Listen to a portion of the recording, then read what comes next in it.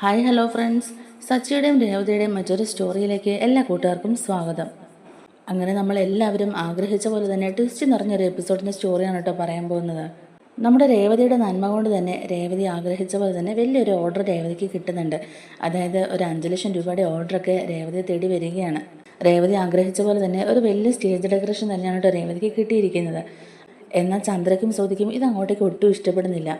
രേവതിക്ക് ഇത്രയും വലിയൊരു ഓർഡറൊക്കെ കിട്ടിയതല്ലേ, അപ്പോൾ അവർക്ക് ഇഷ്ടംപോലെ കാശും കിട്ടും. ഈ ഒറ്റ ഓർഡറിലൂടെ തന്നെ രേവതിക്ക് കുറച്ച് കാശ് കിട്ടും എന്നൊക്കെ മനസ്സിലാക്കുമ്പോഴേക്കും ചന്ദ്രയ്ക്ക് അങ്ങോട്ടേക്ക് ഒട്ടും സുഖിക്കുന്നില്ല കേട്ടോ.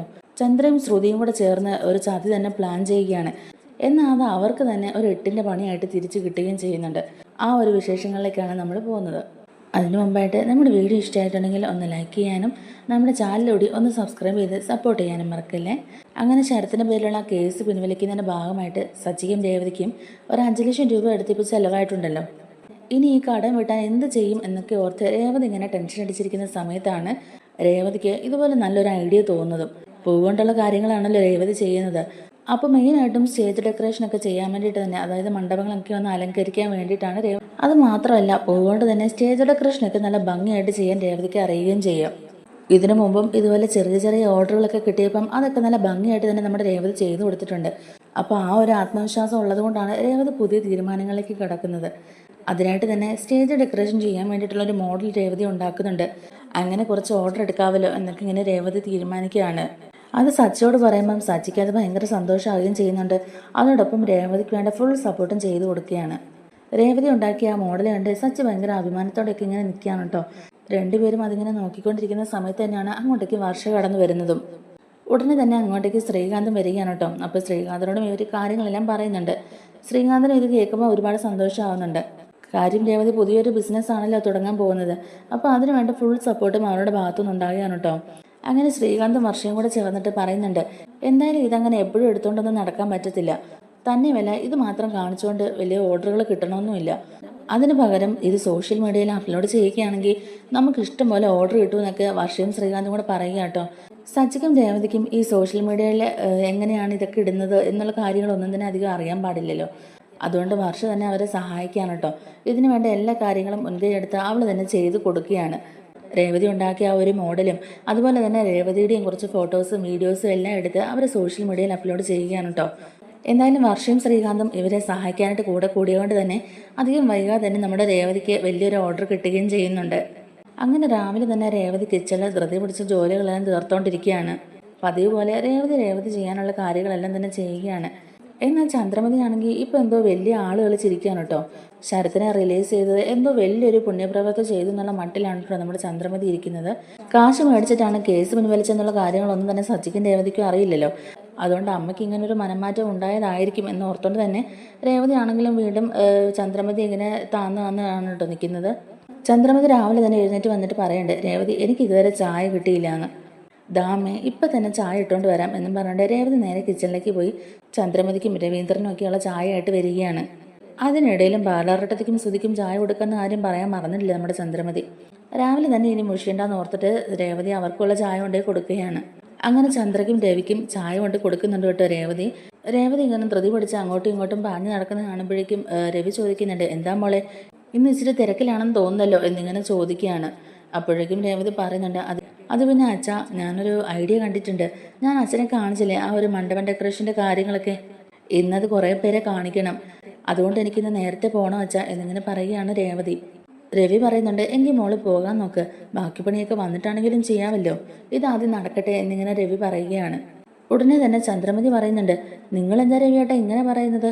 എനിക്ക് കൃത്യസമയത്ത് തന്നെ ഭക്ഷണം കിട്ടണം. പിന്നെ ശ്രുതിയൊക്കെ ഓഫീസിലേക്ക് പോകാനായിട്ട് ഇപ്പം ഇറങ്ങി വരും. അവർക്കൊക്കെ പിന്നെ ആരാ ഭക്ഷണം എടുത്ത് കൊടുക്കാനുള്ളത് എന്നിങ്ങനെ ചോദിക്കുകയാണ്. അപ്പോഴേക്കും രവി ചോദിക്കുന്നുണ്ട്. അപ്പോൾ രവി പറയുന്നുണ്ട്, അതെന്താ ചന്ദ്രേ, ഭക്ഷണമെല്ലാം രേവതി ഉണ്ടാക്കി വെച്ചിരിക്കുകയല്ലേ, ആ ഭക്ഷണം വിളമ്പി കഴിക്കാൻ പോലും അവർക്ക് പറ്റില്ലേ? ആ ഭക്ഷണം അവർക്ക് വിളമ്പി കഴിക്കാൻ കഴിയില്ലേ എന്നിങ്ങനെ ചോദിക്കുകയാണ് കേട്ടോ രവി. അപ്പോഴേക്കും ചന്ദ്ര പറയുന്നുണ്ട്, അതല്ല രവിയേട്ടാ, അവർ ഇവളെ പോലെയാണോ? ഇവളെ പോലെ പൂ വിൽക്കാനായിട്ടാണ് അവർ പോകുന്നത്. അവർ ലക്ഷ്യങ്ങൾ സമ്പാദിക്കാനായിട്ട് ഓഫീസിലേക്കും ഷോറൂമിലും ഒക്കെ പോകാൻ വേണ്ടിയിട്ടല്ലേ റെഡിയായി വരുന്നത്. ആ സമയത്ത് അവർ തന്നെ എടുത്ത് കഴിക്കുന്നത് ശരിയാണോ രവിയേട്ടാ? അത് മാത്രമല്ലല്ലോ, ശ്രുതിയാണെങ്കിൽ അങ്ങനെ അടുക്കളയിൽ കയറി ഭക്ഷണമൊക്കെ എടുത്ത് കഴിക്കേണ്ടവളാണോ? അവളെ പോലൊരു മരുമക്ക് വിളമ്പി കൊടുക്കണ്ടേ? രേവതി അവർക്ക് വിളമ്പി കൊടുത്തിട്ട് പോയാൽ മതി എന്നിങ്ങനെ പറയുകയാണ് കേട്ടോ ചന്ദ്രമതി. ചന്ദ്ര ഇങ്ങനെ പറഞ്ഞുകൊണ്ടിരിക്കുന്ന സമയത്ത് തന്നെ ശ്രീകാന്തും വർഷയും കൂടി അങ്ങോട്ടേക്ക് റെഡിയായി ഇറങ്ങി വരുന്നുണ്ട്. വന്ന പാട് തന്നെ വർഷ രേവതിയോട് ചോദിക്കുന്നുണ്ട്, എന്താ രേവതി ചേച്ചി കാര്യങ്ങൾ? ഞാൻ ഇന്നലെ തന്നെ അത് ഫേസ്ബുക്കിലും ഇൻസ്റ്റഗ്രാമിലും ഒക്കെ പോസ്റ്റ് ചെയ്തിട്ടുണ്ടായിരുന്നു. കുറേയധികം റീപ്ലൈ ഒക്കെ വന്നിട്ടുണ്ട്. എന്തായാലും രേവതി ചേച്ചിയുടെ ഐഡിയ കലക്കിയിട്ടുണ്ട് എന്നിങ്ങനെ പറയുകയാണ് വർഷ. എന്തായാലും രേവതി ചേച്ചിയുടെ ഐഡിയ വർക്കൗട്ട് ആയിട്ടുണ്ട് കേട്ടോ. എന്തായാലും ഇത് സംഭവം പൊളിക്കും എന്നൊക്കെ ഇങ്ങനെ പറഞ്ഞ് ശ്രീകാന്തും വർഷയും കൂടെ രേവതി ഇങ്ങനെ പുകഴ്ത്തി പറഞ്ഞുകൊണ്ടിരിക്കുകയാണ്. അതൊന്നും തന്നെ നമ്മുടെ ചന്ദ്രമതിക്ക് ഒട്ടും ഇഷ്ടപ്പെടുന്നില്ല. പക്ഷേ രവിക്ക് ഇത് കേൾക്കുമ്പം നല്ല സന്തോഷമാണ് കേട്ടോ. പ്രത്യേകിച്ച് രേവതി ഇങ്ങനൊരു സംരംഭത്തിന് മുന്നോട്ട് ഇറങ്ങുമ്പോഴേക്കും രേവതിക്ക് ഇതുപോലെ നല്ല കാര്യങ്ങൾ സംഭവിക്കുന്ന കേൾക്കുമ്പോഴേക്കും രവിക്ക് ഭയങ്കര സന്തോഷമാണ്. ദേഷ്യം വന്നിട്ട് തന്നെ ചന്ദ്രമതി പറയുന്നുണ്ട്, പിന്നെ ഇവക്ക് ഇപ്പോൾ ഓർഡർ കിട്ടും. വിവരമുള്ള ആരെങ്കിലും ഇവളെ പോലെയുള്ളവളെയൊക്കെ സ്റ്റേജ് ഡെക്കറേഷന് വിളിക്കുവോ? എനിക്കറിയാം ഇവളിത് എന്ത് ഭാവിച്ചാന്ന്. വീട്ടിലെ അടുക്കള പണിയൊക്കെ ചെയ്യാതിരിക്കാൻ വേണ്ടിയിട്ട് അവൾ ഓരോന്നൊക്കെ കണ്ടെത്തുന്നതല്ലേ, അല്ലാതെ വേറെന്താ, എനിക്കെല്ലാം മനസ്സിലാവുന്നുണ്ട് എന്നൊക്കെ ഇങ്ങനെ നമ്മുടെ ചന്ദ്രമതി പറഞ്ഞ് രേവതി അങ്ങ് താഴ്ത്തി കെട്ടാനായിട്ട് നോക്കുകയാണ്. ചന്ദ്ര ഇങ്ങനെ പറഞ്ഞു കേൾക്കുമ്പോഴേക്കും രേവതിക്ക് വിഷമാവുകയാണ് കേട്ടോ. അപ്പോഴേക്കും രവി പറയുന്നുണ്ട്, ചന്ദ്രേ നീ നല്ല വാക്ക് പറഞ്ഞില്ലെങ്കിലും ഒരു കാര്യം ചെയ്യാൻ പോകുമ്പോഴേക്കും മോശമായിട്ടുള്ള രീതിയിൽ നീ ഇങ്ങനെ സംസാരിക്കാതിരിക്കാമെന്ന് ചോദിക്കുകയാണ്. എന്തായാലും എനിക്ക് നല്ല വിശ്വാസമുണ്ട് രേവതി മോളുടെ ഈ ഐഡിയ വർക്കൗട്ട് ആകും. മോൾക്ക് ഇഷ്ടം പോലെ ഓർഡർ കിട്ടുകയും ചെയ്യും. അവർ നല്ല ഉയർച്ചയിലേക്ക് എത്തുകയും ചെയ്യും എന്നൊക്കെ രവി പറയുകയാണ്. ഇത് കേട്ടിട്ടും ഭയങ്കര പുച്ഛഭാവത്തോടെ തന്നെയാണ് കേട്ടോ നമ്മുടെ ചന്ദ്രമതി ഇരിക്കുന്നത്. ഇവളിപ്പം അങ്ങ് മല മറിക്കും എന്നുള്ള രീതിയിൽ ഇരിക്കുകയാണ്. വർഷയും ശ്രീകാന്ത് ഉടനെ ചോദിക്കുന്നുണ്ട്, അതെന്താ അമ്മ അങ്ങനെ പറഞ്ഞത്? അമ്മയ്ക്ക് അമ്മയുടെ മക്കൾ സന്തോഷമായിട്ട് ജീവിക്കുന്നത് കാണാൻ ഇഷ്ടമാകുന്നില്ലേ? സുധിയേട്ടൻ ചെയ്യുന്ന മാത്രമാണ് നല്ലതെന്ന് കരുതിക്കൊണ്ടിരുന്ന അമ്മയ്ക്ക് ഒരിക്കലും സച്ചിയേട്ടനും രേവതി ചേച്ചി ഒന്നും ചെയ്യുന്നത് അമ്മയ്ക്ക് ഇഷ്ടപ്പെടണമെന്നില്ല. അല്ലെങ്കിലും സുധിയേട്ടൻ ചെയ്യുന്ന മാത്രമാണ് നല്ലതെന്നാണ് അമ്മ വിചാരിച്ചേക്കുന്നത്. എല്ലാവർക്കും ഓരോരോ കഴിവുകളുണ്ട്. രേവതി ചേച്ചി ഈ ചെയ്ത പോലെ ഇവിടെ ആർക്കെങ്കിലും ഇത് ചെയ്ത് കാണിക്കാൻ പറ്റുമോ? പ്രത്യേകിച്ച് ഈ പൂ കൊണ്ടുള്ള ഡെക്കറേഷനും കാര്യങ്ങളൊക്കെ അതിനൊക്കെ ഒരുപാട് ക്ഷമ വേണം. പോട്ടെ, അറ്റ്ലീസ്റ്റ് ഒരു പൂവെടുത്ത് ഒരു നൂലിലെങ്കിലും കെട്ടി കാണിക്കാൻ ആരെക്കൊണ്ടെങ്കിലും കഴിയുമെന്ന് ചോദിക്കുകയാണ് ശ്രീകാന്ത്. അപ്പോഴേക്കും ശ്രുതിയും കൂടെ പോകാനായിട്ട് റെഡിയായി താഴോട്ട് ഇറങ്ങി വരികയാണ്. എന്താ ഇവിടെ രാവിലെ തന്നെ നല്ല ചൂട് പിടിച്ച ചർച്ചയാണല്ലോ. പൂ കിട്ടുന്ന കാര്യമൊക്കെ പറയുന്നത് കേട്ടു. ഒരു സൂചി നൂലും ഉണ്ടെങ്കിൽ ആർക്ക് വേണമെങ്കിലും പൂ കെട്ടാം. പക്ഷേ എന്നെപ്പോലെ കുറേ ഡിഗ്രിയൊക്കെ ഉള്ളവർക്ക് വലിയൊരു ബിസിനസ്മാനായിട്ട് മുന്നോട്ട് പോകുന്നത് വലിയ പാടെന്ന് തന്നെ പറയുകയാണ് ശ്രുതി. അപ്പോഴേക്കും രേവതി പറയുന്നുണ്ട്, എന്തായാലും അവരവർക്ക് അറിയാവുന്ന പണി അധ്വാനിച്ച് നല്ല രീതിക്ക് തന്നെ ചെയ്യുക. ഞാൻ അത്ര ചെയ്യുന്നുള്ളൂ, അല്ലാതെ മറ്റാരെ പോലും ആകണമെന്നൊന്നും എനിക്കൊരാഗ്രഹവുമില്ല. എൻ്റെ അമ്മ എന്നെ പഠിപ്പിച്ചു തന്ന ജോലി അന്തസ്സായിട്ട് ചെയ്ത് തന്നെയാണ് ഞാൻ ജീവിക്കുന്നത്. അപ്പോഴേക്കും ശ്രുതി പറയുന്നുണ്ട്, അല്ല രേവതി, നീ എന്തിനെങ്ങനെ ദേഷ്യപ്പെടുന്നേ? നിന്നെ അതിനാരും ഇവിടെ കളിയാക്കിയതൊന്നും അല്ലല്ലോ. അതിന് നീ ഇങ്ങനെ ദേഷ്യപ്പെടേണ്ട ആവശ്യമൊന്നുമില്ല. പിന്നെ നീ എത്ര തുള്ളിച്ചാടിയാലും എന്തായാലും ഞങ്ങളുടെ ഒപ്പം എത്താൻ പോകുന്നുമില്ല. പിന്നെ എന്തിനാണ് വെറുതെ നീ ഇങ്ങനെ വെയിൽ കൊണ്ട് അലഞ്ഞിരിഞ്ഞ് നടക്കാൻ പോകുന്നത്? നീ ഇപ്പോൾ ചെയ്യുന്ന പോലെ തന്നെ പൂ കെട്ടിക്കൊണ്ട് കൊടുക്കുന്നതല്ലേ നല്ലത്. പിന്നെ സ്റ്റേജ് ഡെക്കറേഷനൊക്കെ ചെയ്യാനായിട്ട് ഇറങ്ങിയിട്ടുണ്ടെങ്കിൽ അതൊക്കെ വലിയ പാടായിരിക്കും എന്നൊക്കെ തന്നെ ശ്രുതി പറയുകയാണ്. അപ്പോൾ ഇതെല്ലാം കേട്ടുകൊണ്ട് തന്നെയാണ് ഇവിടെ സച്ചി അങ്ങോട്ടേക്ക് ഇറങ്ങി വരുന്നതും. സച്ചിയെ കാണുമ്പോഴേക്കും പെട്ടെന്ന് തന്നെ എല്ലാവരും അങ്ങ് മിണ്ടാതിരിക്കുകയാണ്. സച്ചി അങ്ങോട്ടേക്ക് വന്നിട്ട് ചോദിക്കുന്നുണ്ട് രവീന്ദ്രനോട്, എന്താ വെച്ചാൽ ഇവിടെ രാവിലെ തന്നെ ചൂട് പിടിച്ച ചർച്ചയാണല്ലോ നടക്കുന്നത്? ഒന്നുമില്ലടാ, രേവതി മോൾ ഇന്ന് മണ്ഡപം ഡെക്കറേഷന് വേണ്ടിയിട്ടൊക്കെ ഓർഡർ പിടിക്കാൻ പോവല്ലേ, അതിനെക്കുറിച്ച് എല്ലാവരും ഒന്ന് പറയുമായിരുന്നു. അപ്പോൾ എന്തായിരിക്കും ഇവിടെ പറഞ്ഞു നിൽക്കാനുള്ള കാര്യങ്ങൾ നിനക്കറിയാമല്ലോ എന്നിങ്ങനെ ചോദിക്കാണ് കേട്ടോ സച്ചിയുടെ അടുത്ത്. അപ്പോഴേക്കും സച്ചി പറയുന്നുണ്ട്, അതെന്താന്നുള്ളത് എനിക്ക് മനസ്സിലായി വെച്ചാ. എന്തായാലും അമ്മയുടെ വായിൽ നിന്ന് ഒരു നല്ല വാക്ക് വീണിട്ട് രേവതിക്ക് നല്ല കാലം ഉണ്ടാകുമെന്ന് ആരും വിചാരിക്കേണ്ട കാര്യമില്ല. പക്ഷെ രേവതി, നീ വിഷമിക്കേണ്ട, അച്ഛൻ്റെ അനുഗ്രഹം നിനക്ക് മുഴുവനായിട്ടുണ്ട്. അതുകൊണ്ട് നീ പൂർണ്ണമായിട്ട് സന്തോഷത്തോടെ തന്നെ ആ കാര്യത്തിലേക്ക് ഇറങ്ങിക്കോ. പിന്നെ നിന്റെ എല്ലാ കാര്യത്തിനും നിന്നെ സപ്പോർട്ട് ചെയ്ത് ഞാൻ നിന്റെ കൂടെ തന്നെയുണ്ട്. അതുകൊണ്ട് നീ എന്തായാലും അങ്ങനെ ഒന്നും ഓർത്ത് പേടിക്കേണ്ട ആവശ്യമേ ഇല്ല എന്ന് തന്നെ സച്ചി പറയുക കേട്ടോ. അപ്പോഴേക്കും വർഷയും പറയുന്നുണ്ട്, അതെന്താ സച്ചിയേട്ടാ അങ്ങനെ പറഞ്ഞത്? ഞങ്ങളും രേവതി ചേച്ചിയുടെ കൂടെ എല്ലാത്തിനും കൂടെ തന്നെ ഉണ്ടാവുമെന്ന് പറയുകയാണ് വർഷയും ശ്രീകാന്തും കൂടെ ചേർന്ന്. ഉടനെ ശ്രീകാന്തും പറയുന്നുണ്ട്, അതേ സച്ചിയേട്ടാ, എന്നെക്കൊണ്ട് പറ്റുന്ന പോലെ എന്ത് സഹായം വേണമെങ്കിലും രേവതി ചേച്ചിക്ക് ചെയ്തു കൊടുക്കാൻ ഞാൻ റെഡിയാണെന്ന് പറയുകയാണ്. ഇത് കേട്ട് ശ്രുതിയൊക്കെ ഇങ്ങനെ തലകുനിച്ച് തന്നെ നിൽക്കുകയാണ്. അപ്പോഴേക്കും രേവതി പറയുന്നുണ്ട്, എനിക്ക് കുറച്ച് പണിയും കൂടെ തീർക്കാനുണ്ട്, ഞാൻ പോയി വേഗം തീർക്കട്ടെ എന്ന് പറയുക. അപ്പോൾ സച്ചി പറയുന്നുണ്ട്, വേണ്ട നീ അതവിടെ ഇട്ടേരെ, ഇപ്പം നീ എന്തായാലും പോകാൻ റെഡി ആയിക്കോ, ബാക്കി പണിയൊക്കെ വന്നിട്ട് ചെയ്താൽ മതി എന്ന് സച്ചി പറയുകയും ചെയ്യുന്നുണ്ട്. നിനക്കിന്ന് പതിവ് പോലെ പൂവ് കൊടുക്കാനും പോകണം, അതിനോടൊപ്പം ഈ ഓർഡർ പിടിക്കുന്ന കാര്യത്തിനും പോകേണ്ടതല്ലേ. അതുകൊണ്ട് നീ ഇനി ഇതൊക്കെ ചെയ്തിട്ട് പോകാൻ നിന്നാൽ എന്തായാലും താമസിക്കും. അതുകൊണ്ട് നീ ഇപ്പം തന്നെ റെഡിയാകാൻ നോക്കിക്കോ എന്നിങ്ങനെ പറയുകയാണ് സച്ചി. അപ്പോഴേക്കും രേവതി പറയുന്നുണ്ട്, സച്ചിയേട്ടാ ഇതും കൂടെ ഞാൻ അങ്ങ് ചെയ്തിട്ട് പോകാം, തിരിച്ചു വന്നാലും ഞാൻ തന്നെയല്ലേ ഇതൊക്കെ ചെയ്യേണ്ടത് എന്നിങ്ങനെ ചോദിക്കുകയാണ്. അതൊന്നും കുഴപ്പമില്ല രേവതി, നീ എന്തായാലും ഭക്ഷണം കഴിച്ചിട്ട് വേഗം തന്നെ ഇറങ്ങാൻ നോക്കിക്കോ എന്നൊക്കെ പറഞ്ഞ് സച്ചി രേവതി ഇങ്ങനെ ഉന്തിത്തള്ളി തന്നെ നിൽക്കുകയാണ് കേട്ടോ. സച്ചിക്ക് ആ സമയത്ത് ഒരു ഓട്ടം കണ്ടിട്ട് സച്ചി ഓട്ടത്തിന് പോവുകയും ചെയ്യുന്നുണ്ട്. എന്നാലും രേവതി ബ്രേക്ക്ഫാസ്റ്റ് എല്ലാം കഴിച്ചതിന് ശേഷം രവീന്ദ്രൻ്റെ അനുഗ്രഹം മേടിച്ചിട്ട് അച്ഛൻ ഞാൻ പോവുകയാണ് എന്നൊക്കെ പറഞ്ഞിട്ട് തന്നെ അവിടെ നിന്ന് ഇറങ്ങി പോകുന്നുണ്ട്. ആദ്യം രേവതി പോകുന്നത് സ്ഥിരമായിട്ട് പൂ കൊടുക്കുന്ന കുറച്ച് സ്ഥലങ്ങളൊക്കെ ഉണ്ടല്ലോ, അവിടോട്ടൊക്കെ പോയി അവിടെ പൂവൊക്കെ കൊടുക്കുകയാണ്. അങ്ങനെ ചെല്ലുമ്പോൾ പോലും സ്ഥിരം കസ്റ്റമേഴ്സിൻ്റെ അടുത്ത്, അതായത് ആ ചേച്ചിമാരുടെ അടുത്തൊക്കെ തന്നെ രേവതിയുടെ ഐഡിയയും കാര്യങ്ങളൊക്കെ പറയുന്നുണ്ട്. അവരെല്ലാവരും രേവതിയെ സപ്പോർട്ട് ചെയ്ത് തന്നെ കൂടെ നിൽക്കുകയാണ് കേട്ടോ. എന്തായാലും ഇത് നല്ലൊരു കാര്യം തന്നെയാണ്. നീ ധൈര്യമായിട്ട് തന്നെ ഇറങ്ങിക്കോ രേവതി. ഇതിൻ്റെ ഗുണം നിനക്ക് നിൻ്റെ കുടുംബത്തിന് മാത്രമല്ല ഞങ്ങൾക്കും ഈ നാട്ടിലുള്ള എല്ലാവർക്കും കിട്ടുമെന്നൊക്കെ തന്നെ പറയുകയാണ് അവരും. നിൻ്റെ മനസ്സിലെ നന്മ കൊണ്ട് നിനക്ക് നല്ല ഉയർച്ചയേ ഉണ്ടാവുകയുള്ളൂ. അതുകൊണ്ട് നിനക്ക് എന്ത് സഹായം വേണമെങ്കിലും നീ ചോദിക്കാൻ മടിക്കരുത്. ഞങ്ങളുടെ ഭാഗത്തുനിന്ന് എല്ലാ സഹായവും നിനക്ക് ഉണ്ടാവും എന്നൊക്കെ തന്നെ പറയുകയാണ് അവരും. അങ്ങനെ അവരോട് സംസാരിക്കുന്ന സമയത്ത് തന്നെ ആ സ്ത്രീ പറയുന്നുണ്ട്, രേവതി, ഇവിടെ അടുത്തുള്ളൊരു മണ്ഡപത്തിൻ്റെ ഓണറെ എനിക്കറിയാം. നമുക്ക് അവരോടൊന്ന് സംസാരിച്ച് നോക്കാം. എന്തായാലും നമുക്ക് അയാളുമായിട്ടൊന്ന് സംസാരിച്ച് നോക്കാം. മിക്കപ്പോഴും പരിപാടികളൊക്കെ നടക്കുന്ന ഓഡിറ്റോറിയം തന്നെയാണ്. മാരേജ് ഫംഗ്ഷനോ ബർത്ത്ഡേ ഫംഗ്ഷനോ അല്ലെങ്കിൽ റിസപ്ഷനോ അങ്ങനെ എന്തെങ്കിലുമൊക്കെ പരിപാടികൾ കൂടെ അവിടെ നടക്കാറുണ്ട്. അപ്പോൾ അവരുമായിട്ട് നമുക്കൊന്ന് സംസാരിച്ച് നോക്കാം. സ്റ്റേജ് ഡെക്കറേഷൻ്റെ കാര്യങ്ങളെല്ലാം സംസാരിച്ച് നോക്കാം. അവർക്ക് ഇഷ്ടപ്പെടുകയാണെന്നുണ്ടെങ്കിൽ ആ ഓർഡർ നിനക്ക് കിട്ടുമല്ലോ രേവതി എന്നിങ്ങനെ പറഞ്ഞുകൊണ്ട് തന്നെയാണ് രേവതിയും കൂട്ടിക്കൊണ്ട് അവരങ്ങോട്ടേക്ക് ചെല്ലുന്നതും. ഈ സമയത്ത് സോഷ്യൽ മീഡിയയിൽ വർഷയും ശ്രീകാന്തും കൂടെ പോസ്റ്റ് ചെയ്തിരുന്ന പോസ്റ്റൊക്കെ കണ്ടുകൊണ്ട് തന്നെ ദേവ് ഭയങ്കര സന്തോഷത്തിൽ ലക്ഷ്മി അമ്മയുടെ അടുത്തേക്ക് ഓടി വരികയാണ് കേട്ടോ. അമ്മേ ഇത് കണ്ടോ എന്നൊക്കെ ചോദിച്ചുകൊണ്ട് ഭയങ്കര സന്തോഷത്തിൽ വരികയാണ്. എന്താ എന്നിങ്ങനെ നമ്മുടെ ലക്ഷ്മി അമ്മ തിരിച്ച് ചോദിക്കുകയും ചെയ്യുന്നുണ്ട്. ആ സമയത്ത് രേവതിയുടെ ഫോട്ടോസും വീഡിയോസും അതുപോലെ രേവതി തുടങ്ങാൻ പോകുന്ന പുതിയ ബിസിനസ് പ്ലാനും എല്ലാം തന്നെ നമ്മുടെ ദേവു ലക്ഷ്മി അമ്മയെ കാണിച്ചു കൊടുക്കുകയാണ്. വർഷ രേവതിയെ സുന്ദരിയാക്കി പൂവിൻ്റെയും അതുപോലെ ഡെക്കറേഷൻ്റെയും കാര്യങ്ങളൊക്കെ പറയുന്നതായിട്ടൊരു പരസ്യമൊക്കെ റെഡിയാക്കിയിട്ടുണ്ടായിരുന്നു. അപ്പോൾ ആ പരസ്യമൊക്കെയാണ് കേട്ടോ പോസ്റ്റ് ചെയ്തിരിക്കുന്നത്. അത് കാണാനും അത്യാവശ്യം നല്ല ഭംഗിയായിട്ടും ഉണ്ടായിരുന്നു. എന്തായാലും ഇത് കണ്ടിട്ട് അവർ നല്ല സന്തോഷത്തിലിരിക്കുകയാണ് കേട്ടോ. ആ സമയത്ത് ലക്ഷ്മി അമ്മ പറയുന്നുണ്ട്, എന്തായാലും എൻ്റെ മോൾക്ക് നല്ലത് മാത്രമേ വരുവുള്ളൂ എന്നും പറഞ്ഞുകൊണ്ട് ലക്ഷ്മി അമ്മ കരയുക കേട്ടോ. അപ്പോഴേക്കും തന്നെ ശരത്തും അങ്ങോട്ടേക്ക് വരുന്നുണ്ട്. എന്താ അമ്മ വീണ്ടും കരയുകയാണോ എന്നിങ്ങനെ ചോദിക്കുകയാണ്. ഇതങ്ങനെ അല്ലട മോനെ, ഇത് ഞാൻ സന്തോഷം കൊണ്ട് കരഞ്ഞു പോയതാ. എൻ്റെ മോളുടെ കഷ്ടപ്പാട് ഓർത്തിട്ട്. പാവം എൻ്റെ മോള്, അവൾക്ക് എന്ന് നല്ലത് മാത്രമേ വരികയുള്ളൂ. ദൈവങ്ങൾ എപ്പോഴും അവളുടെ കൂടെ തന്നെ ഉണ്ടാകും എന്നൊക്കെ പറഞ്ഞ് ലക്ഷ്മമ്മ വീണ്ടും കരയുകയാണ്. അപ്പോഴേക്കും ദേവു ആ വീഡിയോസും ഫോട്ടോസും എല്ലാം തന്നെ ശരത്തിനെ കാണിച്ചു കൊടുക്കുകയും ചെയ്യുന്നുണ്ട്. ശരത്ത് ഇത് കണ്ട ഉടനെ ചോദിക്കുന്നുണ്ട്, ആഹാ കൊള്ളാമല്ലോ, എന്നിട്ട് രേവതി ചേച്ചി ഒന്നും പറഞ്ഞില്ലല്ലോ. എനിക്കറിയാവുന്ന എൻ്റെ കൂട്ടുകാർക്ക് എല്ലാം തന്നെ ഞാൻ അയച്ചു കൊടുക്കാം.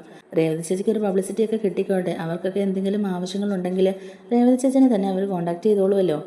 അതുവഴി രേവതി ചേച്ചിക്ക് ഒരു ഓർഡർ കിട്ടുകയാണെങ്കിൽ അത്ര നല്ലതല്ലേ എന്നൊക്കെ തന്നെ ശരത്തും പറയുന്നുണ്ട്. പിന്നെ 1-2 ഓഡിറ്റോറിയത്തിലെ ഓണർമാരെയൊക്കെ അറിയാം, അവരോടൊക്കെ ഒന്ന് സംസാരിച്ചാൽ രേവതി ചേച്ചിക്ക് കുറച്ചുകൂടെ ഓർഡർ കിട്ടിയേക്കും എന്നിങ്ങനെ പറയുകയാണ് ശരത്ത്. അതേസമയത്ത് രേവതിയും ആ സ്ത്രീയും കൂടെ ആ മണ്ഡപത്തിൻ്റെ ഓണറെ പോയി കാണുന്നുണ്ട്. അവരോട് എല്ലാ കാര്യങ്ങളും സംസാരിക്കുകയും ചെയ്യുകയാണ്. അപ്പോൾ ഈ ഒരു മോഡലൊക്കെ കാണിച്ചുകൊണ്ട് തന്നെയാണ് കേട്ടോ രേവതി അയാളോട് സംസാരിക്കുന്നതും. ആ സമയത്ത് അയാൾക്ക് ഈ മോഡലൊക്കെ കണ്ട് ഇഷ്ടപ്പെടുകയൊക്കെ ചെയ്യുന്നുണ്ട്. എനിക്ക് മോളെ സഹായിക്കണം എന്നൊക്കെ ഉണ്ട്. എന്നാലും നമ്മൾ സ്ഥിരമായിട്ട് ഇതൊക്കെ ചെയ്യാനായിട്ട് വേറൊരാളെയാണ് ഏൽപ്പിക്കുന്നത്. അവരത്യാവശ്യം സാമ്പത്തികമായിട്ടും നല്ല പിടിപാടൊക്കെ ഉള്ളവരാ. അതുകൊണ്ട് അവർ കുറച്ച് കാശ് കയ്യിൽ നിന്ന് എടുത്തിട്ടാണെങ്കിലും എല്ലാം നല്ല ഭംഗിയായിട്ട് തന്നെ ചെയ്തു കൊടുക്കും. എന്തായാലും മുടക്കുന്നതിൻ്റെ ഇരട്ടി തുക അവർക്ക് ലാഭമായിട്ട് കിട്ടുകയും ചെയ്യും. അത്ര നല്ല രീതിക്ക് അവരെല്ലാം ഡെക്കറേഷൻ ചെയ്തു കൊടുക്കുകയും ചെയ്യുന്നതാണ്. അങ്ങനെയുള്ളപ്പം പെട്ടെന്ന് നമുക്ക് മാറ്റി പിടിക്കാനൊന്നും പറ്റില്ലല്ലോ മോളെ. ഇത് കേൾക്കുമ്പോൾ രേവതിക്ക് അങ്ങ് വല്ലാതെ വിഷമമാവുകയാണ് കേട്ടോ. രേവതിയുടെ മുഖം തന്നെ വാടി പോകുന്നുണ്ട്. അപ്പോഴേക്കും ആ സ്ത്രീ പറയുന്നുണ്ട്, സാർ ഇവളൊരു മോഡൽ കൊണ്ടുവന്നിട്ടുണ്ട്. ആ മോഡലൊന്ന് നിങ്ങൾ കണ്ടു നോക്കൂ. അത് കാണുമ്പോൾ നിങ്ങൾക്ക് ഇഷ്ടപ്പെടും. അത് മാത്രമല്ല ഇവളുടെ പുതിയ സംരംഭം കൂടിയാണ്. ഇവക്കല്ലാതെ വേറൊരു ജോലിയൊന്നും ചെയ്യാൻ അറിയില്ല. ഈ പൂവും ഡെക്കറേഷനൊക്കെ മാത്രമാണ് ഇവളുടെ ജോലി. അതുകൊണ്ട് സാറൊന്ന് സഹായിക്കണം എന്നൊക്കെ തന്നെ പറയുകയാണ് കേട്ടോ ആ സ്ത്രീ. എന്തായാലും രേവതി ഉണ്ടാക്കിയ ആ ഒരു മോഡൽ കാണുമ്പോഴും പിന്നെ രേവതിയുടെ ആ ഒരു സത്യസന്ധതയും നിഷ്കളങ്കതയൊക്കെ കാണുമ്പോഴേക്കും അയാൾക്ക് രേവതിയോട് ഒരു അനുകമ്പയും സ്നേഹമൊക്കെ തോന്നുകയാണ്. എന്തായാലും കുട്ടി വിഷമിക്കണ്ട, ഈ മോഡലൊക്കെ എനിക്ക് ഇഷ്ടപ്പെട്ടു. അതിലുപരി കുട്ടി നല്ല ആത്മാർത്ഥമായിട്ട് തന്നെ ജോലി ചെയ്യുന്ന ആളാണെന്ന് എനിക്ക് മനസ്സിലായി. ഉടനെ തന്നെ ഓഡിറ്റോറിയത്തിൽ ഒരു പരിപാടി വരുന്നുണ്ട്. അവരുമായിട്ടൊന്ന് കോൺടാക്ട് ചെയ്താൽ ചിലപ്പോൾ കുട്ടിക്ക് ഈ ഓർഡർ കിട്ടിയേക്കും എന്നിങ്ങനെ പറയുകയാണ് കേട്ടോ. എന്തായാലും കുട്ടിക്ക് അവരുടെ നമ്പർ ഞാൻ തരാം. കുട്ടി തന്നെ അവരെ നേരിട്ട് വിളിച്ചൊന്ന് സംസാരിച്ച് നോക്കുക എന്നിങ്ങനെ പറയുകയാണ് അയാൾ. അത് കേൾക്കുമ്പോൾ രേവതിക്ക് സന്തോഷമാകുന്നുണ്ട്. എന്നാലും അയാൾ പറയുന്നുണ്ട്, ഇത് കിട്ടുമോ ഇല്ലെന്നൊന്നും ഉറപ്പ് ഞാൻ പറയുന്നില്ല. കാരണം ഇപ്പോൾ എല്ലാം ഇവൻ്റുകാരെയാണല്ലോ ഏൽപ്പിക്കുന്നത്. ഡെക്കറേഷനും ഫുഡും എല്ലാം ഇപ്പോൾ അവർ ഒന്നിച്ചല്ലേ ഏൽപ്പിക്കുന്നത്. അതുകൊണ്ട് ഇങ്ങനെ സെപ്പറേറ്റ് ആയിട്ട് കിട്ടുമെന്നും അറിയില്ല. പിന്നെ ഓണറെ നേരിട്ട് കണ്ട് സംസാരിക്കുമ്പം അദ്ദേഹത്തിന് താല്പര്യമുള്ളതുപോലെയല്ലേ ചെയ്യുന്നത്. എന്തായാലും നിങ്ങൾ അവരെ നേരിട്ട് പോയി ഒന്ന് കണ്ട് സംസാരിച്ച് നോക്ക്. ചിലപ്പോൾ ഇത് നടക്കാൻ സാധ്യതയുണ്ടെന്നൊക്കെ തന്നെ അയാൾ പറയുകയാണ്. അയാളും നല്ല മാന്യമായ രീതിയിൽ തന്നെയാണ് രേവതിയോട് സംസാരിക്കും പെരുമാറുമൊക്കെ ചെയ്യുന്നത് തന്നെ. എന്തായാലും ആ ഒരു ഫംഗ്ഷൻ നടത്താൻ പോകുന്നവരുടെ അഡ്രസ്സും കാര്യങ്ങളും ഫോൺ നമ്പറും എല്ലാം തന്നെ രേവതിക്ക് പറഞ്ഞു കൊടുക്കുകയും ചെയ്യുകയുണ്ട്. അയാളെ കണ്ട് ഇറങ്ങിയതിന് ശേഷം ആ സ്ത്രീ രേവതിയോട് പറയുന്നുണ്ട്, ഇന്നത്തേക്ക് ആക്കണ്ട, എന്നാൽ നമുക്ക് ഇപ്പം തന്നെ പോയി അവരോടൊന്ന് സംസാരിച്ചിട്ട് വന്നേക്കാമെന്ന്. അങ്ങനെ അവർ രണ്ടുപേരും കൂടെ അങ്ങോട്ടേക്ക് പോവുകയും ചെയ്യുകയാണ്. അങ്ങനെ നേരെ അങ്ങോട്ടേക്ക് പോയിട്ട് അവരുടെ കാര്യങ്ങളെല്ലാം തന്നെ സംസാരിക്കുന്നുണ്ട് രേവതിയും ആ സ്ത്രീയും കൂടി. എല്ലാം ഇവന്റുകാരെ തന്നെ ഏൽപ്പിച്ചിരിക്കുകയാണ്. കാരണം കാര്യങ്ങൾക്കൊന്നും മുടക്കം വരാൻ പാടില്ലല്ലോ. അവരാകുമ്പം എല്ലാം കറക്റ്റായിട്ട് ചെയ്തോളും എന്നൊക്കെ തന്നെ അയാൾ പറയുകയാണ് കേട്ടോ. അപ്പോഴേക്കും രേവതി ആ മോഡലും കാര്യങ്ങളും എല്ലാം തന്നെ അദ്ദേഹത്തെയും കാണിച്ചു കൊടുക്കുകയാണ്. ആ സമയത്ത് അയാൾക്ക് രേവതി ഉണ്ടാക്കിയ ആ മോഡൽ ഒരുപാട് ഇഷ്ടപ്പെടുകയും ചെയ്യുന്നുണ്ട്. എന്നിട്ട് അയാൾ പറയുന്നുണ്ട്, എൻ്റെ മോൻ്റെ കല്യാണമാണ് വരുന്നത്, അതൊരു കുറവുമില്ലാതെ നല്ല രീതിക്ക് തന്നെ നടത്തണമെന്നാണ് ഞങ്ങൾ ആഗ്രഹിക്കുന്നതും. കുറേ അധികം ചീഫ് ഗസ്റ്റുകളൊക്കെ വരുന്നതാണ്, അതുകൊണ്ട് കാര്യങ്ങളൊക്കെ നല്ല ഭംഗിയായിട്ട് തന്നെ നടക്കണ്ടേ എന്നൊക്കെ ഇങ്ങനെ അയാൾ പറയുക കേട്ടോ. അപ്പോഴേക്കും രേവതി പറയുന്നുണ്ട്, സാറിന് എന്നെ വിശ്വസിക്കാം, സാർ ഒന്നും കൊണ്ടും പേടിക്കണ്ട, എന്നെ സാറ് പ്രതീക്ഷിക്കുന്നതിനേക്കാളും നന്നായിട്ട് തന്നെ ഞാനിത് ചെയ്തിരിക്കും. പിന്നെ വാടിപ്പോകുന്ന പൂക്കളൊക്കെ അപ്പോൾ തന്നെ ഞാൻ റീപ്ലേസ് ചെയ്തോളാം എന്നൊക്കെ തന്നെ പറയുകയാണ് രേവതി. സാറ് പ്രതീക്ഷിക്കുന്നതിനേക്കാളും അപ്പുറം ഇത് നല്ല ഭംഗിയായിട്ട് തന്നെ ഞാൻ ഡെക്കറേറ്റ് ചെയ്ത് തരും എന്നൊക്കെ രേവതി ഉറപ്പ് പറയുന്നുണ്ട്. രേവതിയുടെ ആ ഒരു കോൺഫിഡൻസും ആ ഒരു സത്യസന്ധതയൊക്കെ കാണുമ്പോഴേക്കും അയാൾക്കും രേവതിക്ക് തന്നെ ഈ ഒരു ഓർഡർ കൊടുക്കാനുള്ള മനസ്സ് തോന്നുകയാണ്. അയാൾ പറയുന്നുണ്ട്, ശരി, ഞാൻ നിങ്ങൾക്ക് തന്നെ ഓർഡർ തരാം. പക്ഷേ എൻ്റെ മോൻ്റെ വിവാഹമാണ്, ഞാൻ പറഞ്ഞല്ലോ, കുറേ അധികം ചീഫ് ഗസ്റ്റുകളൊക്കെ വരുന്നതാണ്, ഒരു കാരണവശാലും ഒരു പാകപ്പിഴവും സംഭവിക്കാൻ പാടില്ല. എന്തായാലും നല്ല മികച്ച കൂടിയ പൂക്കൾ കൊണ്ട് തന്നെ സ്റ്റേജൊക്കെ ഡെക്കറേഷൻ ചെയ്തിരിക്കണം എന്നൊക്കെ തന്നെ പറയുകയാണ്. നിങ്ങളുണ്ടാക്കിക്കൊണ്ടുവന്ന മോഡലൊക്കെ എനിക്ക് ഇഷ്ടപ്പെട്ടു. അതോടൊപ്പം തന്നെ അയാൾ പറയുന്നുണ്ട്, സ്റ്റേജ് ഡെക്കറേഷന് ഇവൻ്റുകാർ ചോദിച്ചത് 5 ലക്ഷം രൂപയാണ്, ആ കാശ് തന്നെ ഞാൻ കുട്ടിക്കും തരാം, നല്ല ഭംഗിയായിട്ട് ഇതൊന്ന് ചെയ്തു തന്നാൽ മതി എന്ന് പറയുകയാണ്. ഇത് കേൾക്കുമ്പോൾ രേവതിക്ക് ഭയങ്കര സന്തോഷമാണ്. കാരണം ഇത്രയും വലിയൊരു ഓർഡർ തന്നെയാണല്ലോ ആദ്യം കിട്ടിയെന്ന് ഓർത്തിട്ട് ഭയങ്കര സന്തോഷമാവുന്നുണ്ട്.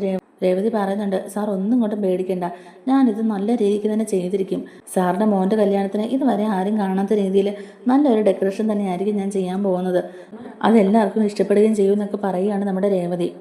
എന്നിട്ട് അയാൾ പറയുന്നുണ്ട്, അഡ്വാൻസ് ആയിട്ട് 1 ലക്ഷം രൂപ തരാം, അത് മതിയല്ലോ അല്ലേ, ബാക്കി ഫംഗ്ഷൻ കഴിഞ്ഞിട്ട് പോരെ എന്നിങ്ങനെ ചോദിക്കുമ്പോഴേക്കും മതി സാർ, അന്നേരം മതി എന്നിങ്ങനെ പറയുകയാണ് കേട്ടോ നമ്മുടെ രേവതി. എന്തായാലും അദ്ദേഹം 1 ലക്ഷം രൂപ രേവതിക്ക് അഡ്വാൻസ് ആയിട്ട് തന്നെ കൊടുക്കുന്നുണ്ട്. കാര്യങ്ങളെല്ലാം നല്ല രീതിക്ക് തന്നെ നടത്തണം എന്നൊക്കെ പറയുകയാണ് അയാളും. എന്തായാലും ആ കാശൊക്കെ മേടിച്ചുകൊണ്ട് സന്തോഷത്തോടെ തന്നെ രേവതി തിരികെ വീട്ടിലേക്ക് എത്തുകയാണ്. രാവിലത്തെ ഓട്ടമൊക്കെ കഴിഞ്ഞ് സച്ചി വിരിച്ച് വീട്ടിലുള്ള സമയത്ത് തന്നെയാണ് രേവതി അങ്ങോട്ടേക്ക് ചെല്ലുന്നതും.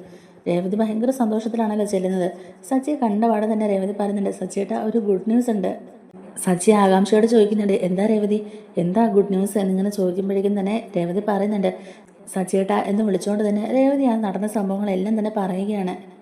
ഓഡിറ്റോറിയത്തിൻ്റെ ഓണറെ കാണാൻ പോയതും അതുപോലെ ഒരു കല്യാണ പാർട്ടിയുമായിട്ട് കണ്ടുമുട്ടുകയും അവരുടെ ഓർഡർ കിട്ടുകയും ചെയ്തു എന്നൊക്കെയുള്ള കാര്യങ്ങൾ പറയുകയാണ്.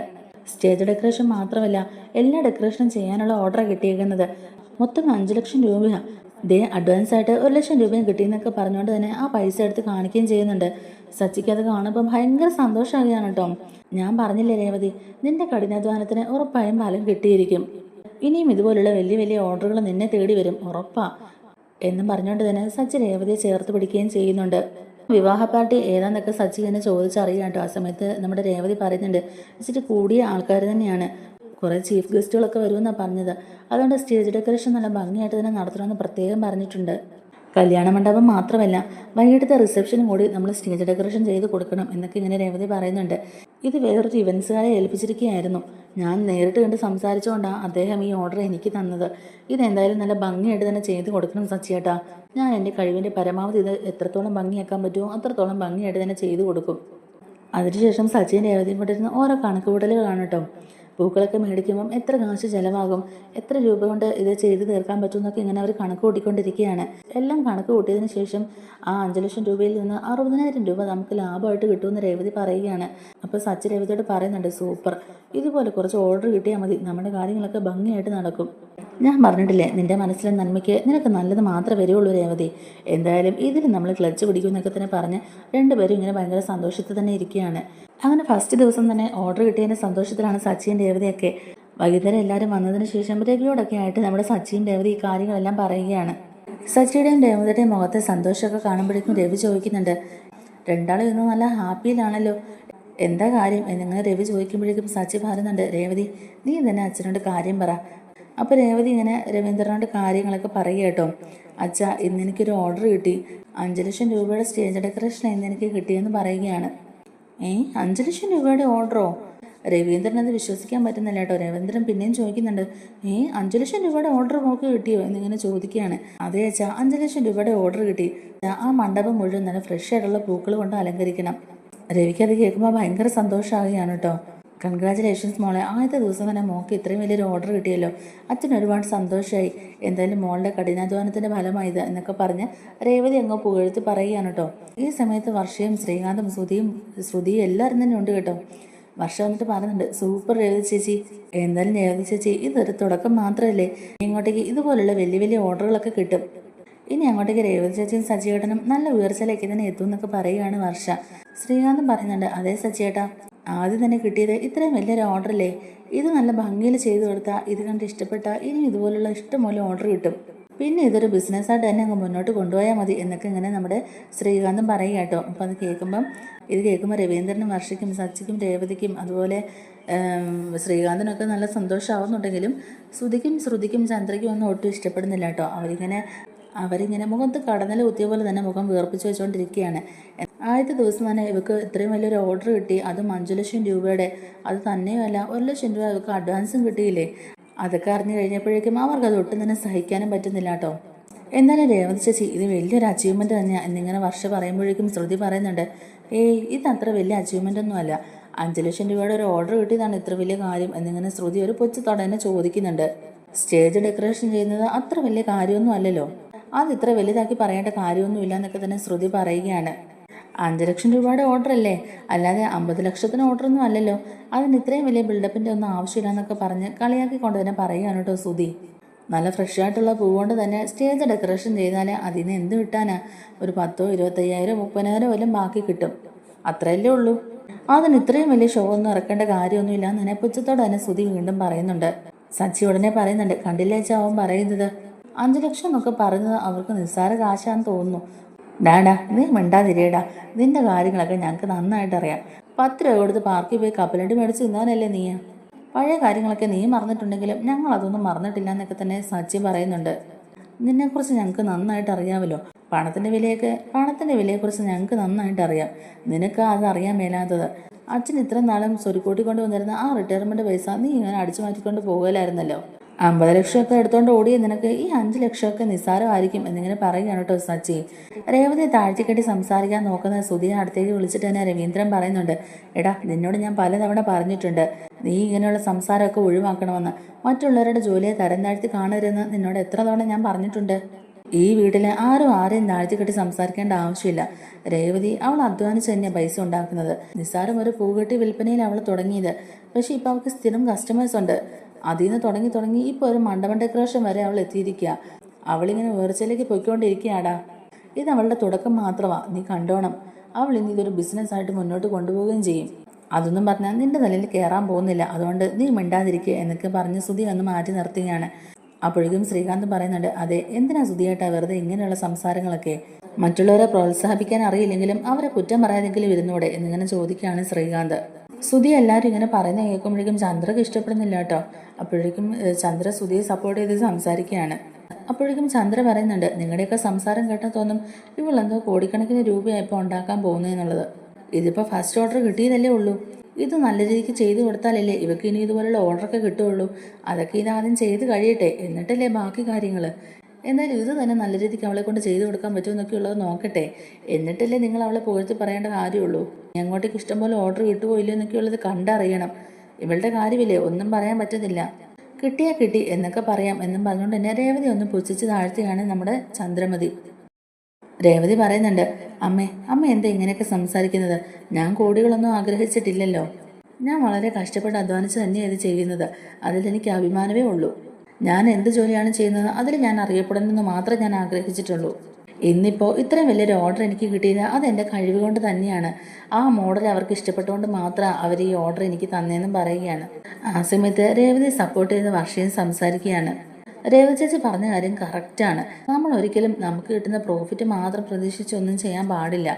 ഇതിനൊക്കെ ഒരു പ്രത്യേക ടാലൻറ്റ് തന്നെ വേണം. നമ്മുടെ കഴിവിൽ നമുക്ക് വിശ്വാസം ഉണ്ടെങ്കിൽ നമുക്ക് പിന്നെ എല്ലാം നേടാൻ സാധിക്കും. നമ്മുടെ കഴിവിൽ നമുക്ക് വിശ്വാസം ഉണ്ടായാൽ മാത്രം മതി, അത് വേറെ ആരെയും ബോധിപ്പിക്കേണ്ട കാര്യമില്ല. അങ്ങനെ നമ്മൾ ആത്മാർത്ഥമായിട്ട് ചെയ്താൽ അത് നല്ല രീതിക്ക് തന്നെ വരികയും ചെയ്യും. പിന്നെ ആൾക്കാർ നമ്മളെ തേടി ഇങ്ങോട്ടേക്ക് വരാൻ തുടങ്ങും. എന്തായാലും ഇതൊന്നും കേട്ട് രേവതി ചേച്ചി സങ്കടപ്പെടേണ്ട കാര്യമൊന്നുമില്ല. ഫസ്റ്റ് ദിവസം തന്നെ രേവതി ചേച്ചിക്ക് ഇത്രയും വലിയൊരു ഓർഡർ കിട്ടിയില്ലേ, അത് രേവതി ചേച്ചിയുടെ ഭാഗ്യമാണ്. രേവതി ചേച്ചിയുടെ ഭാഗ്യം കൊണ്ടാണ് രേവതി ചേച്ചിക്ക് ഇതുപോലുള്ള അവസരങ്ങളൊക്കെ തുറന്നു കിട്ടുന്നത്. രേവതി ചേച്ചി എന്തായാലും ഇത് മാക്സിമം യൂട്ടിലൈസ് ചെയ്യണം. ഇത് നല്ല രീതിക്ക് ചെയ്തു കൊടുത്താൽ ഇനി ഇഷ്ടം പോലെ ഓർഡർ രേവതി ചേച്ചിയെ തേടി വരും എന്നൊക്കെ തന്നെ പറഞ്ഞ് രേവതി ഒന്ന് നല്ലോണം സപ്പോർട്ട് ചെയ്തതിന് സംസാരിക്കുകയാണ് വർഷ. ആ സമയത്ത് സച്ചിയും പറയുന്നുണ്ട്, അതേ വർഷേ, നീ പറഞ്ഞത് ശരി തന്നെയാ. എൻ്റെ രേവതി അവൾക്ക് അറിയാവുന്ന തൊഴിൽ വളരെ കഷ്ടപ്പെട്ട് അധ്വാനിച്ച് തന്നെ ചെയ്യുന്നത്. അതിന് പ്രതിഫലം അവൾക്ക് കിട്ടുകയും ചെയ്യുന്നുണ്ട്. അല്ലാതെ പണത്തിൻ്റെ പുറകെ മാത്രം നടക്കുകയല്ല അവൾക്ക് അതിനുള്ള അംഗീകാരവും കിട്ടുന്നുണ്ട്. അല്ലാതെ നിന്നെപ്പോലെ ഏതു നേരം പണം എന്ന് പറയും പണത്തിൻ്റെ പിന്നാലെയല്ല അവൾ നടക്കുന്നത്. പണം അല്ലാതെ നിനക്ക് വേറെന്താടാ അറിയാവുന്നത് എന്നിങ്ങനെ ചോദിക്കാൻ കേട്ടോ സച്ചി. അപ്പോഴേക്കും ശ്രുതി ഇടയിൽ കയറിയിട്ട് പറയുന്നുണ്ട്, അല്ല സച്ചി, ഇപ്പം നീ എന്തിനാ ഇങ്ങനെയൊക്കെ സംസാരിക്കുന്നത്? പൂ കെട്ടുന്ന പോലെ അത്ര നിസ്സാരമൊന്നും അല്ല ഒരു ബിസിനസ് മുന്നോട്ട് കൊണ്ടുപോകുന്നത്. ശ്രുതിക്കും നല്ലൊരു ടാലൻ്റ് ഉള്ളത് കൊണ്ടാണ് ശ്രുതി ബിസിനസ് മുന്നോട്ട് കൊണ്ടുപോകുന്നത്. നല്ല രീതിക്ക് ബിസിനസ് ചെയ്യുന്നതുകൊണ്ടാണ് അതിൽ നിന്ന് നല്ലൊരു പ്രോഫിറ്റും കിട്ടുന്നത്. ബിസിനസ് ആകുമ്പോൾ കുറച്ച് നഷ്ടങ്ങളൊക്കെ ഉണ്ടായെന്ന് വരും. എന്നാലും പൂ കെട്ടി വിൽക്കുന്ന പോലൊന്നും അല്ലല്ലോ ബിസിനസ്സിന് അതിൻ്റെതായ ഒരു സ്റ്റാൻഡേർഡ് ഇല്ലേ എന്നൊക്കെ ഇങ്ങനെ ചോദിക്കുകയാണ് കേട്ടോ നമ്മുടെ ശ്രുതി. അപ്പോൾ രവി പറയുന്നുണ്ട്, ശ്രുതി, നീ ഇപ്പോൾ പറഞ്ഞതിൽ തെറ്റൊന്നും ഉണ്ടെന്ന് ഞാൻ പറയുന്നില്ല. മറ്റാരും ഉയരത്തിലേക്ക് എത്താൻ പാടില്ല, മറ്റുള്ളവരാരും കാശുണ്ടാക്കാം, മറ്റുള്ളവരാരും ഉയരത്തിലേക്ക് എത്താൻ പാടില്ല എന്നൊക്കെ ആഗ്രഹിക്കുന്നത് ശരിയാണോ? മറ്റുള്ളവരെ നിരുത്സാഹപ്പെടുത്തുന്ന രീതിയിൽ സംസാരിക്കുന്നത് ശരിയല്ലെന്നേ പറഞ്ഞുള്ളൂ എന്നും പറയുകയാണ്. ഇവിടെ ഇപ്പോൾ സച്ചിയും വർഷയൊക്കെ അത് മാത്രമേ ഉദ്ദേശിച്ചിട്ടുള്ളൂ. രേവതിയെ നിരുത്സാഹപ്പെടുത്തി സംസാരിക്കേണ്ട കാര്യമില്ലെന്നേ അവൻ ഉദ്ദേശിച്ചുള്ളൂ. അല്ലാതെ വേറൊന്നും അവൻ പറഞ്ഞിട്ടില്ല എന്നൊക്കെ തന്നെ സച്ചിയെ സപ്പോർട്ട് ചെയ്ത് രവീന്ദ്രൻ പറയുമ്പോഴേക്കും ശ്രുതിക്ക് പിന്നെ അവിടെ ഒരു വോയിസും ഇല്ലാണ്ടോ. ശ്രുതി പിന്നെ മിണ്ടാതിരിക്കുകയാണ്. സച്ചി പറയുന്നുണ്ട് രവീന്ദ്രനോട്, അച്ഛാ, ഇതെന്താ സംഭവം എന്നറിയാവോ? രേവതിക്ക് ഇത്രയും വലിയ ഓർഡർ കിട്ടിയില്ലേ, അതിൻ്റെ കുശുമ്പാ പാർലറിട്ടത്തേക്ക്. അതുകൊണ്ടാണ് ഇങ്ങനെയൊക്കെ സംസാരിക്കുന്നത്. എന്തായാലും അതൊക്കെ വിട്ടുകള, അതൊക്കെ കഴിഞ്ഞു എന്നും പറഞ്ഞിട്ട് തന്നെ രവീന്ദ്രൻ രേവതിയുടെ അടുത്ത് ചെന്നിട്ട് പറയുന്നുണ്ട്, മോളെ നിന്റെ മനസ്സിലെ നന്മ കൊണ്ട് നിനക്ക് ഇനിയും ഇതുപോലെയുള്ള നല്ല ഓർഡറുകൾ കിട്ടും. അതൊക്കെ നീ നല്ല ഭംഗിയായിട്ട് തന്നെ ചെയ്തു കൊടുക്കുകയും വേണം. നമ്മളൊരു സംരംഭമായിട്ട് മുന്നോട്ട് പോകുമ്പോൾ അതിനെ നിരുത്സാഹപ്പെടുത്താനും അതിനെ ഡീമോട്ടിവേറ്റ് ചെയ്യാനായിട്ടും കുറേ പേര് നമുക്ക് ചുറ്റും ഉണ്ടാകും. പക്ഷെ അതിലൊന്നും നമ്മൾ തളരാൻ പാടില്ല. ചെറിയ ചെറിയ വീഴ്ചകളൊക്കെ സംഭവിച്ചേക്കാം, എന്നാലും അതിലൊക്കെ പിടിച്ചു നിൽക്കാൻ നോക്കണം. എന്നിട്ട് നല്ല കോൺഫിഡൻസോട് കൂടി തന്നെ മുന്നോട്ട് പോകണം. നമുക്ക് ജീവിതത്തിൽ പല പരാജയങ്ങളും സംഭവിച്ചേക്കാം, അവിടെയൊന്നും തളർന്നു പോകാൻ പാടില്ല. പ്രത്യേകിച്ച് നിന്നെപ്പോലെ ഒരു പെൺകുട്ടിയോട് ഇങ്ങനെ പറയേണ്ട ആവശ്യം തന്നെയില്ല. കുടുംബത്തിന് വേണ്ടിയിട്ട് എത്ര വലിയ കഷ്ടപ്പാടും സഹിക്കാൻ നീ തയ്യാറാണെന്നുള്ളത് എനിക്കറിയാം. കുടുംബത്തിന് വേണ്ടിയിട്ട് എത്ര വലിയ കഷ്ടപ്പാടാണെങ്കിലും നീ അത് ചെയ്യുമെന്നുള്ളത് അറിയാം. നിന്നെപ്പോലെ ഒരു ഭാര്യയെ തന്നെ സച്ചിക്ക് കിട്ടിയത് വലിയൊരു കാര്യം എന്നൊക്കെ തന്നെ പറയുകയാണ് കേട്ടോ രവീന്ദ്രൻ. രേവതി പറയുന്നുണ്ട്, അച്ഛാ, എൻ്റെ അച്ഛൻ കഴിഞ്ഞാൽ പിന്നെ ഏറ്റവും കൂടുതൽ ഞാൻ സ്നേഹിച്ചിരിക്കുന്നത് അച്ഛനെയാണ്. അച്ഛൻ്റെ അനുഗ്രഹവും സപ്പോർട്ടും സ്നേഹമൊക്കെ ഞങ്ങളുടെ കൂടെ ഉണ്ടെങ്കിൽ ഞങ്ങൾ മുന്നേറി വരിക തന്നെ ചെയ്യും.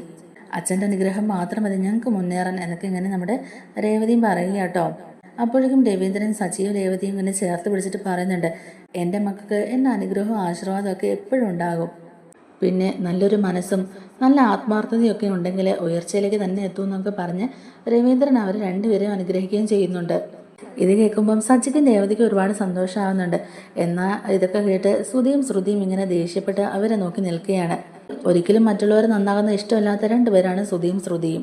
സച്ചിയും രേവതിയും എപ്പോഴും ഇങ്ങനെ താഴെ കടയിൽ തന്നെ കിടക്കുമെന്നാണ് അവരൊക്കെ വിചാരിച്ചുകൊണ്ടിരുന്നത്.